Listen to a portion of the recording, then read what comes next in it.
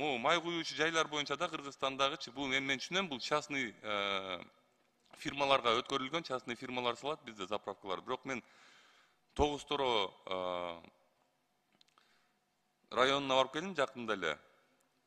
Заманбап заправка жок экен.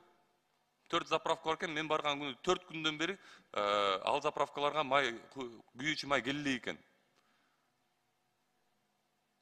Бизде Кыргызстанда странный мындай тенденция бар да. Кеңсу деген айыл бар. Көлдө. Кеңсуда килейген заманбап заправка турат. Эмнеге ошол чоң Тогуз-Торо районунда 28 000 адам жашайт экен. Ошол жерде бир заправка жок.